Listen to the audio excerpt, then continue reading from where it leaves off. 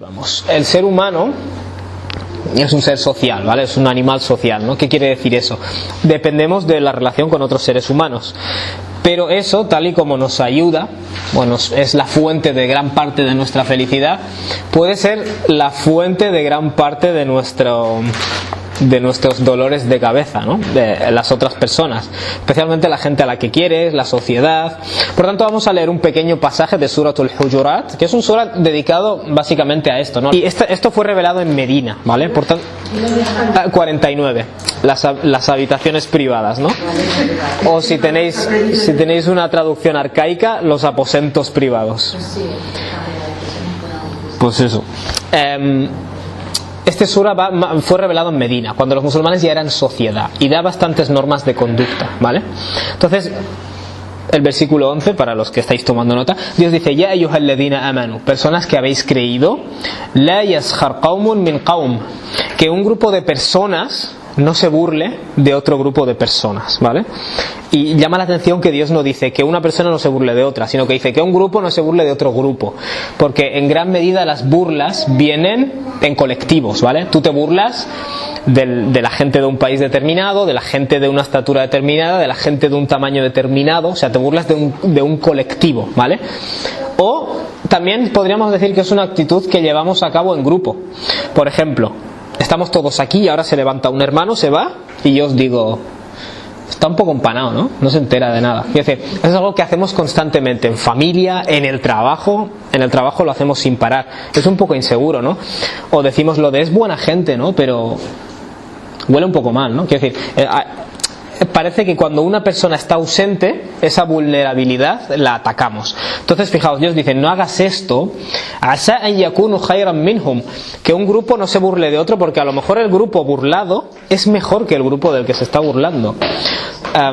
Fíjate, tú no conoces sus secretos. Vale, a lo mejor esa persona, mira, hoy no olía muy bien porque tiene un problema. A lo mejor hay gente que tiene problemas de olor, o hay gente que o va un poco mal vestido porque no tiene dinero, lo que sea. Quiero decir, tú no conoces sus secretos, ¿vale? Abstente de hacer ese juicio. Y esto, de nuevo, esto es muy universal, pero es que nos lo saltamos mucho, nos lo saltamos cada día. En el trabajo, por ejemplo, somos tres. Se levanta uno y se va, ya está. Los presentes van a por él. Y claro, yo estoy ahí y sé perfectamente que en cuanto me levante van a ir a por mí. Y luego Dios dice: wala nisa'un min nisa, y que un grupo de mujeres no se burle de otro grupo de mujeres. Asa an yakunna khayran minhum, quizás ellas son mejores que las otras. Aquí surge la pregunta: ¿por qué Dios, si nos ha dicho que un grupo de personas no se burle de otro grupo de personas, luego nos dice unas mujeres no se burlen de otras mujeres? Entonces, esto da a entender que los hombres y las mujeres tenemos estilos diferentes, ¿no? Básicamente a la hora de hacer esto, a la hora de cotillear o a la hora de murmurar, ¿vale? Pero Dios nos menciona por separado, ¿vale? Y una de las explicaciones lingüísticas es que qaum se refiere a hombres, ¿vale? Bueno, esto es un poco técnico. Se basa en el hecho de que en las culturas semíticas, cuando tú dices que yo soy del pueblo de tal, significa que mi padre es una cultura patriarcal. Mi padre es de allí, ¿vale? Tú dices: yo soy Muhammad ibn Abdul Aziz, hijo de Abdul Aziz, se lleva el nombre del padre, ¿vale? Y por eso, si os fijáis en el Corán, Moisés se dirige a su pueblo y dice: ya qaumi, oh pueblo mío. Pero luego Jesús dice: ya bani Israel. El mismo pasaje. Jesús nunca dice ya qaumi. La explicación que dan los lingüistas es: claro, si Jesús no tenía un padre humano, no usa la palabra qaum, ¿vale? O sea que si nos guiamos por esta interpretación, entonces Dios aquí dice qaum, de esta interpretación nos diría que se refiere a un grupo de hombres y luego a un grupo de mujeres. Y Dios dice: no hagas eso porque a lo mejor esa otra persona para Dios es mejor que tú. Para Dios es mejor que tú. Entonces, aquí entra, por ejemplo, lo del bullying. En lugar de meterle al niño a hacer 2 horas de tarawih, empieza por estas cosas que sí que afectan a su vida, ¿vale? Hacer ejercicios cardiovasculares durante 2 horas no le trae ningún beneficio, al contrario, asociará la religión a perder el tiempo. Pero estas cosas sí, quiere decir, a lo mejor esa persona de la que os estáis burlando es mejor que vosotros, ¿vale? Estas son cosas que sí podemos enseñar. Luego Dios nos dice: wala talmizu anfusakum, y no os difaméis a vosotros mismos, ¿vale? De nuevo, aquí hay 2 interpretaciones. Insisto en lo de las interpretaciones porque es importante resaltar que a veces estas frases se pueden entender de varias formas, y parte parte de la riqueza del Corán es esa.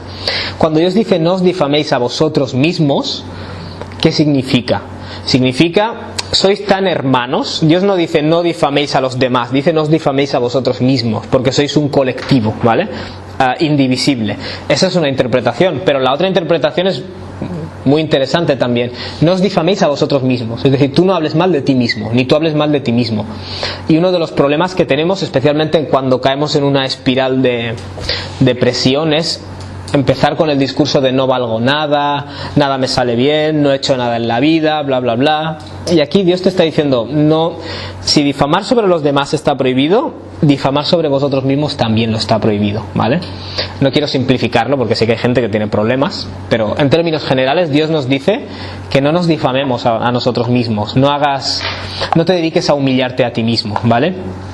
وَلَا تَنَابَزُوا بِالْأَلْقَابِ, dice Dios, y no os llaméis con motes. Cuando estudias la sunna, un montón de hadices, ves que los compañeros del profeta tenían apodos, ¿vale? Entonces la idea aquí es que no utilices motes ofensivos, ¿vale?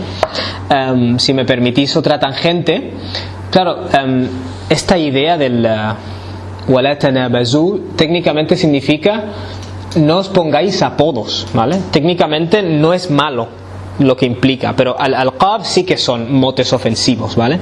Entonces cuando Dios dice no os pongáis apodos, que podrían ser válidos, pero los estáis utilizando de formas ofensivas, ¿vale? Esa es una de las razones por las que Dios usa estas dos palabras. Es decir, tú puedes ser, yo qué sé, tú puede que seas rubio, ¿vale?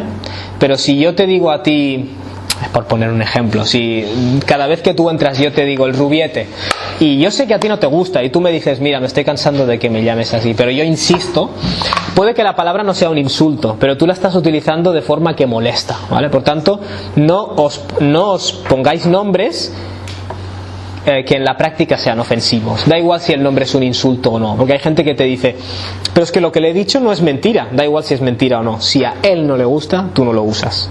Punto, ¿vale? Es él quien decide si es ofensivo o no, porque eso es algo relativo a él. Quiero dejar claro que aquí entra de nuevo un poco el relativismo cultural, es decir, lo que en una cultura o en un contexto se considera ofensivo, en el otro no se considera ofensivo, ¿vale? Por ejemplo, yo trabajo de cara al público y a veces hay gente que viene y me dice excuse me my friend, es decir, disculpa amigo, quiero decir, y a mí me molesta que me diga amigo porque yo no soy tu amigo.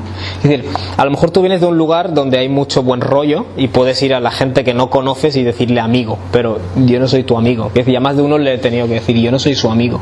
Es decir, me estás llamando de una forma que no procede, ¿me entiendes? No procede. O que el niño le diga al profesor no sé qué, tío, eso no es...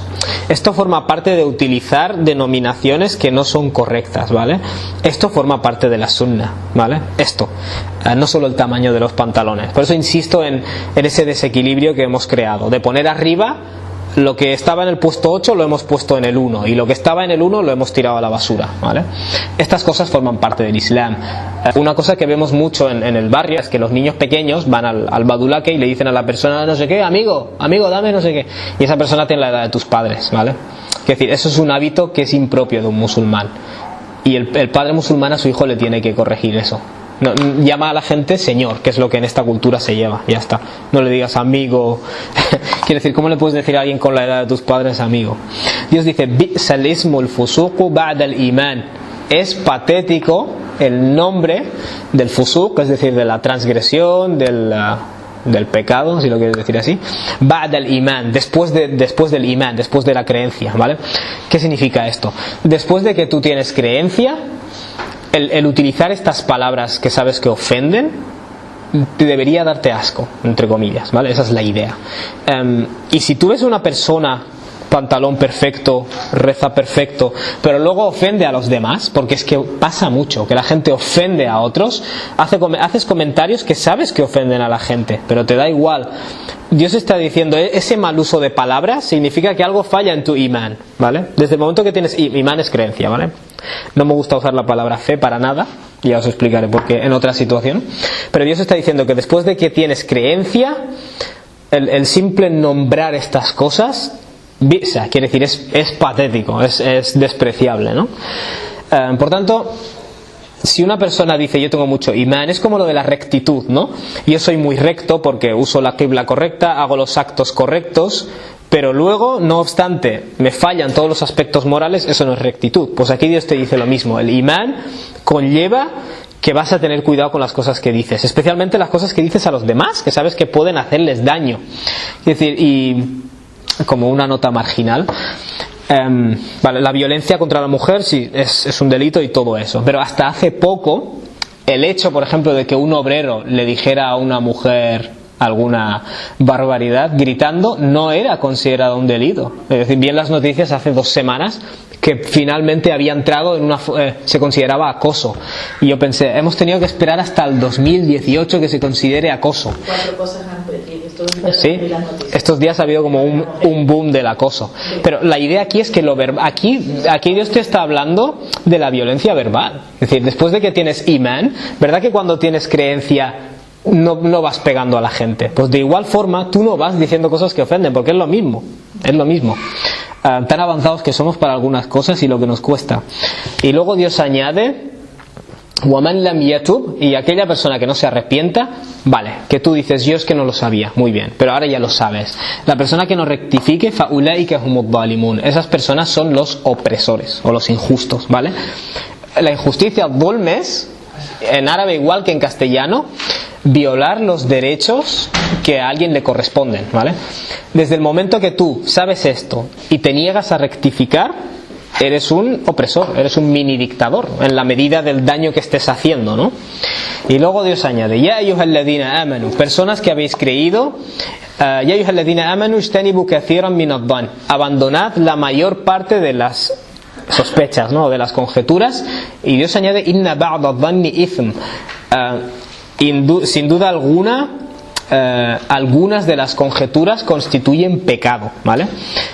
Y aquí esto es uno de esos temas en los que hay que decir que la confianza da asco, porque generalmente la gente que tienes más cerca te ves con más licencia de acusarles o de sospechar de ellos, ¿vale? Y ocurre, por ejemplo, mucho en el matrimonio.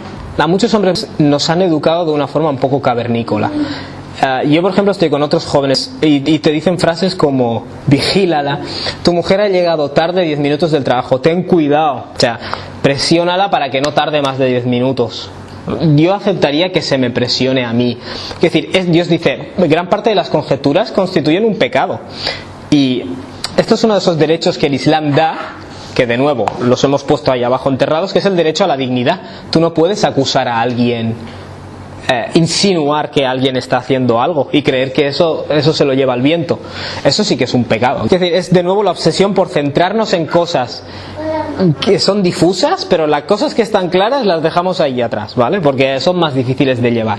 Entonces, la mayor parte de las conjeturas son un pecado, ¿vale? Desde el momento que yo empiezo a acusar a la gente, a insinuar cosas, a insinuar que mi compañero está robando, estás manchando el honor de las personas cuando haces eso.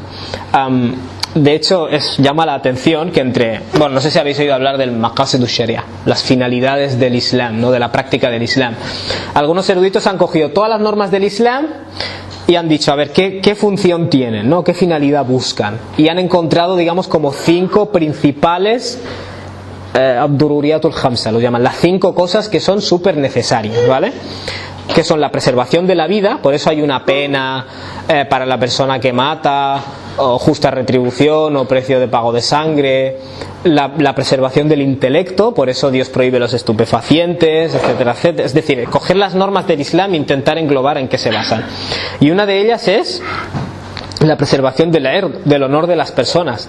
En la ciudad de Medina hubo un momento en el que Aisha fue transportada por uno de los compañeros del profeta porque se quedó atrás, y un grupo de hipócritas empezó a acusarla de haber cometido adulterio, ¿vale?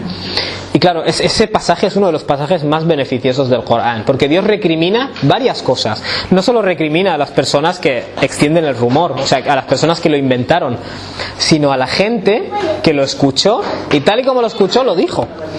Y eso es algo que lo hacemos todos. ¿Has oído el escándalo de no sé quién? ¿Que ha hecho tal? Yo no lo he afirmado, yo solo he repetido la información que había. El simple hecho de repetirla tú estás agrandando ese problema. Si hoy lo saben 10 personas, que a lo mejor ni es verdad, y mañana ya lo saben 200, es porque cada uno de ellos habló y no tenía que hablar, ¿me entiendes? Entonces gran parte de las conjeturas constituyen un pecado y conducen al pecado, ¿vale? Dios añade "Wala tajassasu", y no os espiéis, ¿vale? Que de nuevo esto te coges el comentario del Corán y te dice no puedes mirar por la ventana, por la puerta. Bueno, trasladémoslo al mundo de hoy.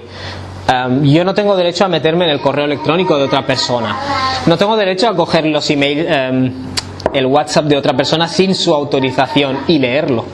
Wala tajassasu, no os espiéis, wala yaghtab ba'dukum ba'da, y no murmuréis los unos de los otros, ¿vale?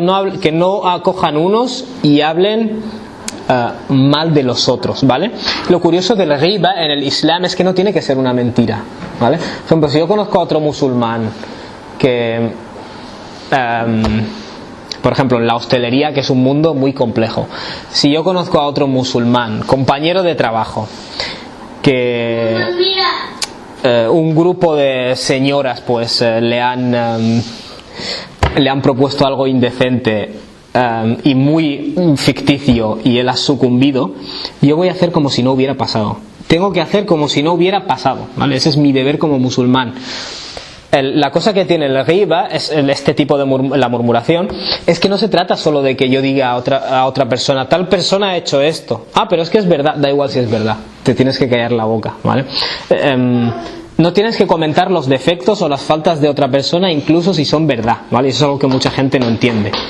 Y luego Dios añade bueno, en muchos casos Dios te habla de una cuestión ética y te da un ejemplo físico, una imagen visual impactante para que tú puedas hacerte una idea de la gravedad de la situación, ¿vale? Dios te dice: "Ayuhibbu ahadukum an ya'kula lahma akhihi maytan", ¿a alguno de vosotros le gustaría comerse la carne de su hermano mientras está muerto?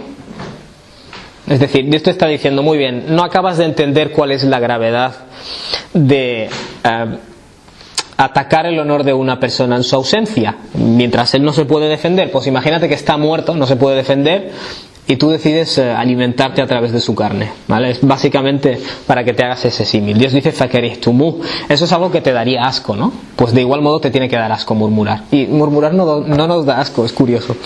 Dios dice: "Wattaqullah", y tened presente a Dios, que sí es cierto, vale, tú estás aquí, Dios te da una serie de valores éticos, pero hay gente que no se conciencia, entonces Dios le añade: ten presente a Dios, ¿vale?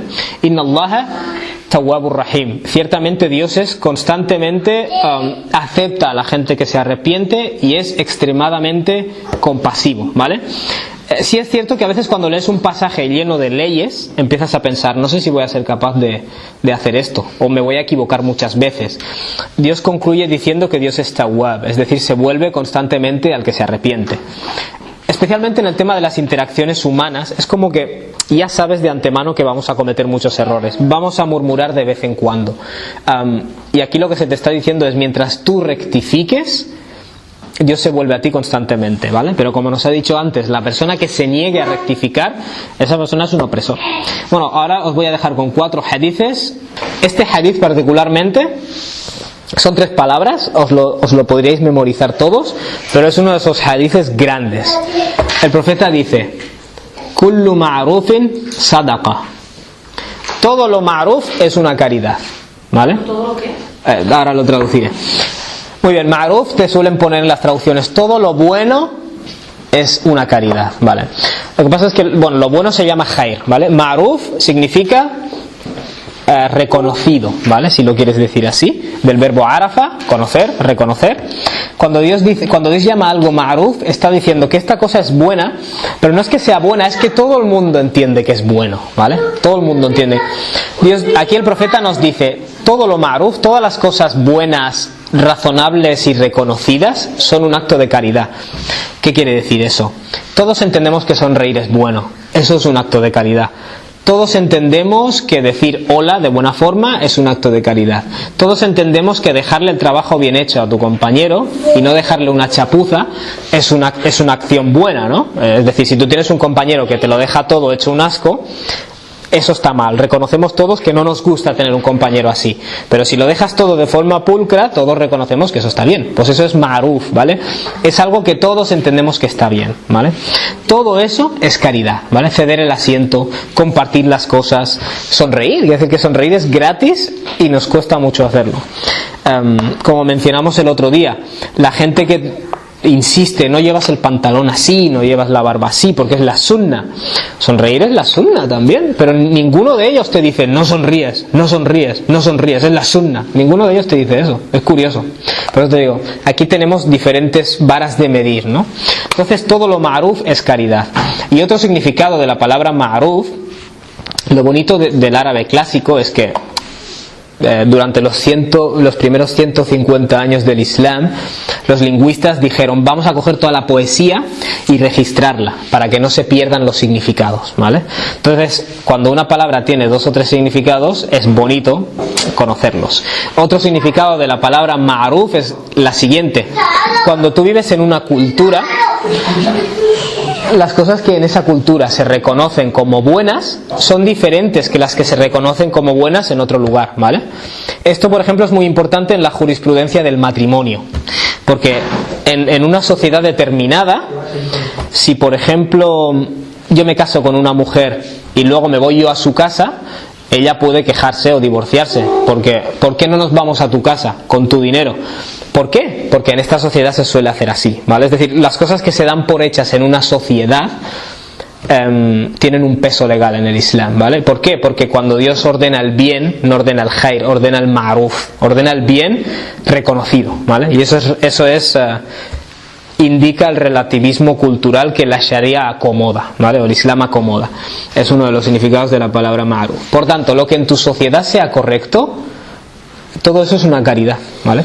Un ejemplo de ello, uno de los compañeros del profeta, Abu Barza al-Aslami, dice: Qultu, dije, ya Rasulullah, mensajero de Dios, dullani ala amalin yudkhiluni al-jannah, indícame o dirígeme hacia una acción que me hará entrar al paraíso, ¿vale?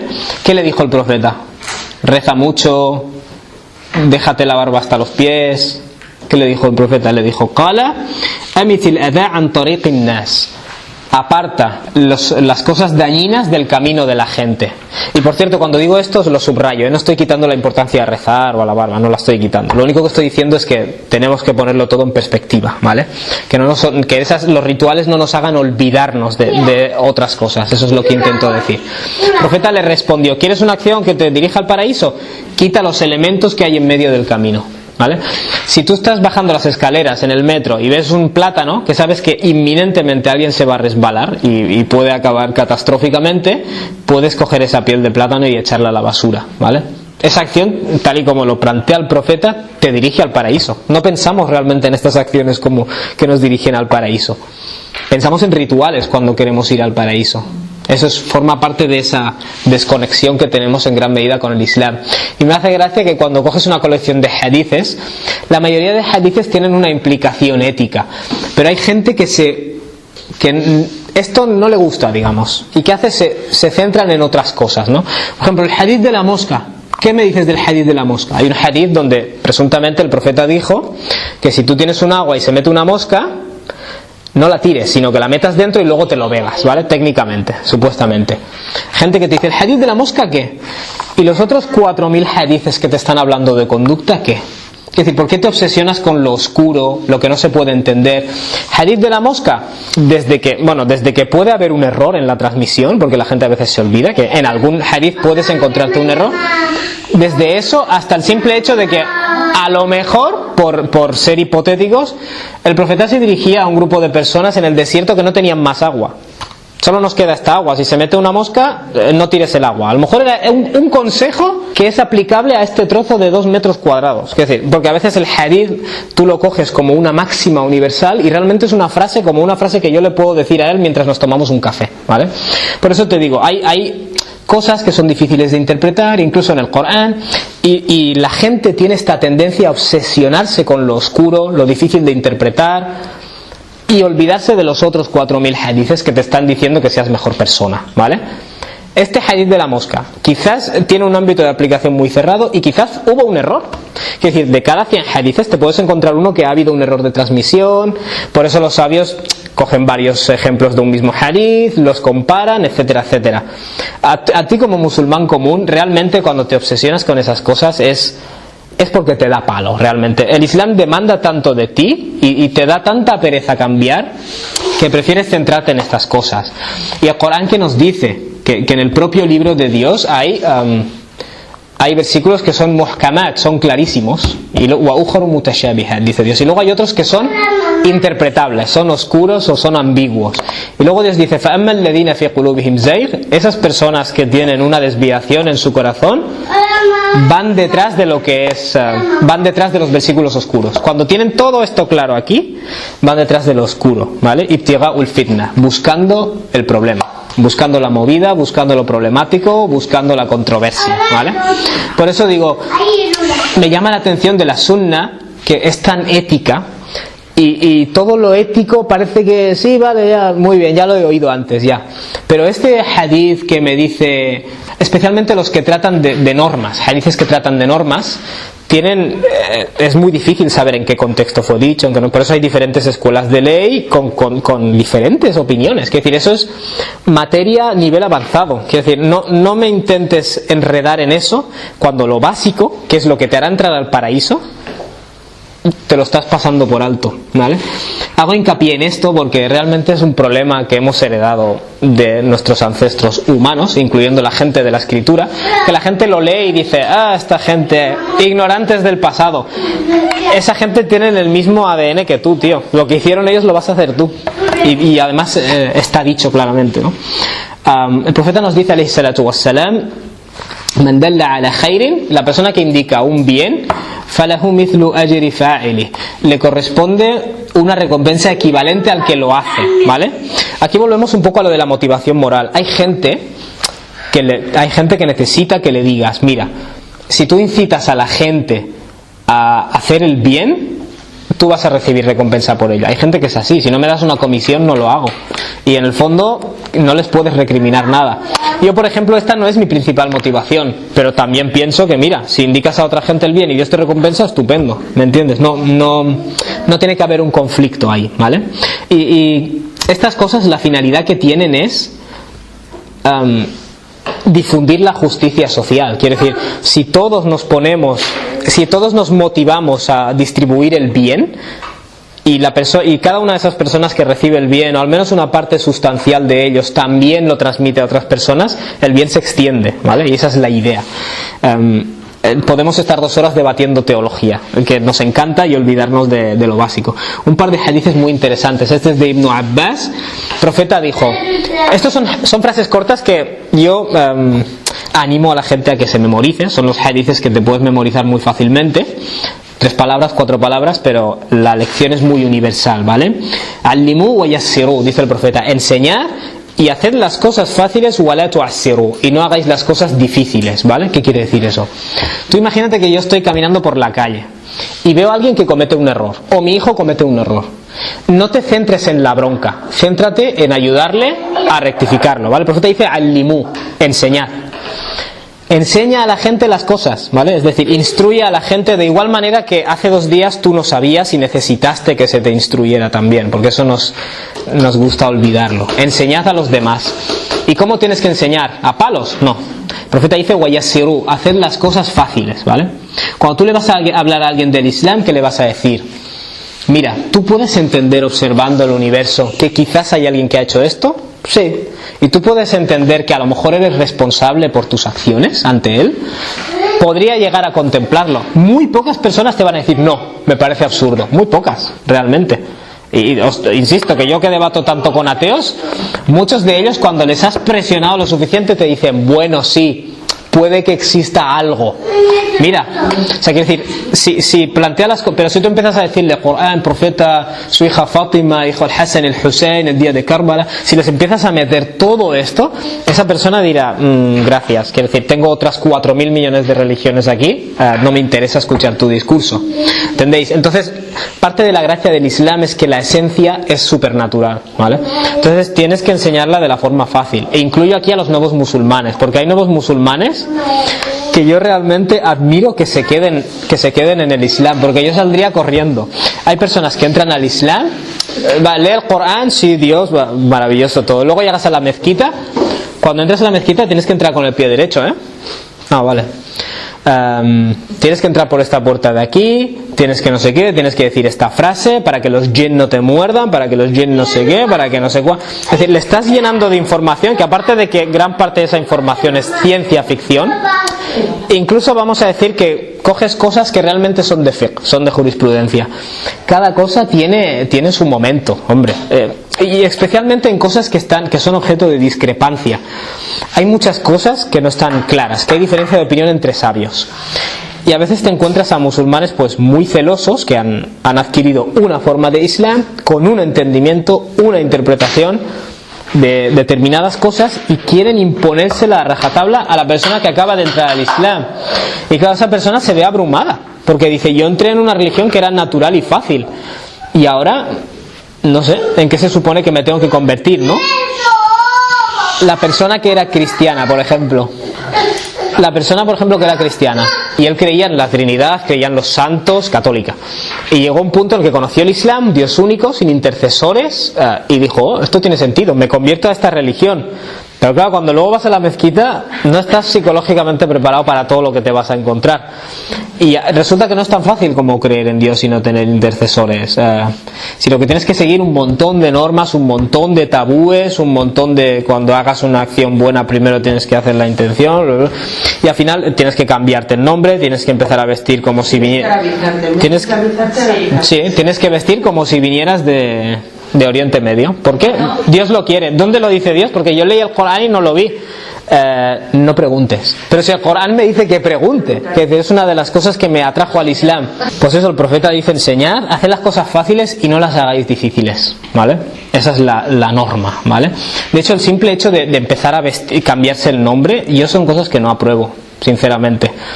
Si alguien quiere tener el nombre de un profeta y eso, genial, no te puedo decir que es haram, ni muchísimo menos, pero te voy a decir que en este contexto en el que vives es contraproducente, porque además Dios, que nos dice en el Corán que la variedad en nuestros nombres, la diversidad alsinatikum wa alwanikum, en vuestros colores y vuestras lenguas, está entre los signos de Dios. Si todas las personas que entramos al Islam nos volvemos de un mismo corte, no cuadra. Es que es una de esas muchas instancias que el mensaje del Corán y a veces lo que hacemos algunos no cuadra. Entonces eso, hay que hacer las cosas fáciles y no difíciles, y la universalidad del Islam es una de esas cosas, es como el Tawhid, ¿no? Como la idea de un Dios único, es una de esas cosas intuitivas que te atrae, no lo difumines con tonterías. Y luego el profeta añade, وَإِذَا غَضِبَ أَحَدُكُمْ, y cuando uno de vosotros entra en cólera o en ira o se enfada, فَلْيَسْكُتْ, que se calle. Fíjate, este hadith explícitamente no está diciendo la ira es mala, ¿vale? Hay una parte del enfado que es una reacción natural e inevitable, pero dado que se te puede ir de las manos y puedes decir cosas que no proceden, ¿vale? Es decir, cállate, ¿vale? Y en la vida cotidiana va muy bien. El profeta no dice, vale, busca terapia, drógate para no enfadarte, nada de eso. Simplemente cuando te enfades, cállate. Y ya está. Y no habrá que lamentar, me dijiste esa cosa tan fea, ¿entiendes? Porque veo muchas parejas que pasa y dices, wow, si solo te hubieras callado. Hay muchos hadices de este tipo, ¿vale? Otro hadith, 3 palabras: abshiru, wasaddidu, waqaribu. Abshiru, que significa dad buenas noticias, ¿vale? ¿Tú qué haces? Sales a la calle con folletos y dices, vais todos al infierno, ¿cómo no aceptéis esto? Os vais a quemar hasta que se quemen vuestras pieles y luego Dios las cambiará y os pondrá otra piel para que podáis saborear el tormento. Que la gente escuchará eso, gracias por la oferta, pero me quedo como estoy. Abshiru, dad buenas noticias, es decir, tú partes de la base Especialmente, de nuevo, la educación a los niños. Es decir, el niño necesita, ¿cómo se dice esto? Refuerzo positivo. No, cada vez que hace algo malo, el infierno, vas a ir al infierno, vas a ir al infierno. El niño crecerá odiando el Islam, no te lo va a decir. Si vive en un país musulmán, digamos que no va a tener más remedio. Pero si vive en un entorno donde no es musulmán, donde le hablan de la democracia y los derechos humanos, y luego en casa tú le estás todo el rato hablando del infierno, del cambio de pieles y de estas cosas, al final el niño va a decir, ¿con cuál me quedo? ¿No? Está claro con cuál se va a quedar. El profeta dice, dad buenas noticias. De nuevo, estas cosas deben entenderse equilibradamente. No significa ahora que si alguien es un asesino en serie, tú le digas, bueno hermano, no pasa nada. Es decir, todo tiene su equilibrio, ¿vale? Pero por norma general, por defecto, no es que tú vas dando malas noticias y describiendo los castigos infernales a la gente. Dad buenas noticias, sencillamente porque el ser humano siente inclinación a eso. Y ya está. Abshiru, dedicaos a dar buenas noticias, wasaddidu, y guiaos. Guiad a la gente a hacer el bien, waqaribu, y acercaos. Quiere decir, cread cercanía, ¿no? O cread fraternidad. Si lo quieres decir así, expandid el optimismo, expandid la ayuda y expandid la fraternidad. El otro día vi en Facebook que había dos musulmanes ahí, tú eres un desviado, tú eres con nombres de sectas, tú vas al infierno, hipócrita, y uno que es una persona que es un poco como, es influyente, se metió y dijo, los dos no sé qué, los X, Y, Z, vais al infierno vosotros porque sois unos desviados.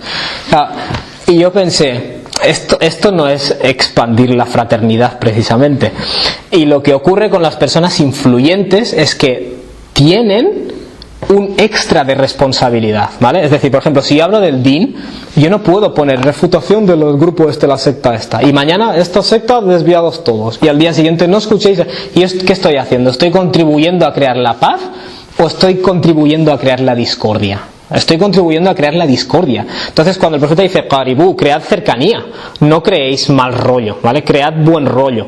De nuevo, esto no es absoluto, ¿vale? Si una persona aparece en público, pues insultando a la esposa del profeta, y yo estoy en mi derecho de educada y civilmente expresar por qué eso es incorrecto. No estoy diciendo que no. Pero esta tontería tan gratuita que tenemos ahora de separarnos y creer que es bueno. O sea, la gente es que te dice, no, te tienes que separar del desviado. Pero bueno, ¿tú quién eres? ¿Tú eres un ángel o qué? ¿Que todo el mundo es desviado y tú eres la persona que está en el camino correcto? Una cosa que me llama la atención es que cuando Dios habla de las sectas, dice, وَلَا تَكُونُوا مِنَ الْمُشْرِكِينَ, no seáis de la gente del shirk, los paganos, por ejemplo, los idólatras. مِنَ الَّذِينَ فَرَّقُوا دِينَهُمْ, dice Dios, de esas personas que dividen su religión. La primera pregunta es, ¿por qué Dios me dice que no sea como los paganos? Es decir, la gente que divide en su religión. Porque cuando tú te vuelves sectario, miembro de una secta, y la defiendes incondicionalmente, ese es el primer paso para el shirk, ¿me entiendes? O sea, psicológicamente, cuando tú dices voy a ser leal al 100% a este grupo, a este sheikh, a este todo, eso es una forma de shirk. Estás poniendo a otro en el sitio de Dios. Luego Dios dice kullu hizbin bima ladayhi farihun, vale, esa es la palabra. Dios dice, cada secta o cada grupo con lo que tienen farihun, están emocionados, ¿no? Podríamos decirlo así. Claro, en árabe clásico la palabra farah se utiliza para emociones muy fuertes, ¿vale? Si lo quieres decir así, emociones que te nublan la razón, ¿vale? Dios dice, cada secta está tan emocionalmente implicada con su rollo que les nubla la razón. Y eso es lo que pasa en este tipo de... Por eso yo creo que el Islam hace tanto hincapié en el uso de razón. ¿Cómo eliminas el fanatismo o la creencia ciega en mi secta, en mi religión, en mi sheikh, en mi mezquita? Porque los musulmanes no estamos exentos de esto. A través de ser una persona racional. Una descripción, y esto es fascinante, Abu Huraira nos da una descripción larga del profeta, y una de las cosas que menciona es idha aqbala, cuando se volvía a alguien, o sea, tú me hablas, cuando yo me giro a ti, aqbala jami'a, se volvía entero. La descripción prosigue, wa idha adbara jami'a, y cuando da la espalda entero, ¿vale? Daba la espalda entero, ¿no? ¿Qué quiere decir esto? No sé si os habrá pasado esta escena, que a mí personalmente me ofende mucho. Cuando vas a un badulaque y la persona está sentada, le pones los productos y te hace así, 4 euros, y ni siquiera te mira. Eso es una señal de falta de respeto, ¿vale? De hecho, recuerdo un caso particular que dije, es ciencia ficción. Y yo fui, le puse los productos en la mesa y el hombre estaba mirando una película de Bollywood y cantando. Y yo estoy ahí con los productos diciendo, no puede ser verdad, yo hago esto en mi trabajo y me echan a patadas. Por ejemplo, aquí te enseñan cuando atiendes de cara al público que cuando alguien viene te levantes, ¿vale? Que no le atiendas sentado. Porque eso es una forma de decirle a esa persona, eres un estorbo, voy a atenderte lo más rápido posible para poder seguir en el Facebook, que estaba conociendo a alguien muy interesante. Y eso es muy lamentable realmente. Esta es sunna del profeta. Cuando alguien me habla, yo le presto atención a él, ¿vale? Le muestro la atención. No le doy a entender que es un estorbo, date prisa, que tengo otras cosas que hacer, ¿vale? Eso también es la sunna. ¿Dónde está el fanatismo para practicar esta parte de la sunna, no? Y finalmente os voy a dejar otro hadith. Estas son cosas de cajón, por eso os digo, la persona del jahiliya, la persona que antes del Islam tenía estas cualidades, va a ser mejor musulmán, ¿vale? Y eso es lo que describe el profeta. Idha kuntum thalatha, se nos describe al profeta, es decir, el profeta dice, cuando seáis tres, si hay tres personas juntas, فلا يتناجى اثنان دون الثالث, que dos personas no se pongan a conversar, tío, ¿qué tal? Ayer fui a jugar un partido, pim pam, y dejando al tercero solo, ¿vale? El profeta dice, فإنه يحزنه ذلك, a esa persona le va a ofender o le va a entristecer, es decir, se va a sentir marginado, ¿vale? El entender que las cosas que te conducen al paraíso son normas básicas de civismo y de conducta. No son solo rituales y prendas y el nombre de este idioma y los emoticonos haram porque es una imagen y el profeta prohibió imágenes. Leamos más Corán y saquemos lecciones, ¿no? Inna ja'alnahu Qur'anan Arabia. He hecho de esto, dice Dios, hemos hecho una recitación en árabe, la'allakum ta'qilun, con la finalidad de que razonéis, ¿vale? La idea es que tú reflexiones, razones. Subhanakallahumma wa bihamdika, ashhadu an la ilaha illa anta, astaghfiruka wa atubu ilayk.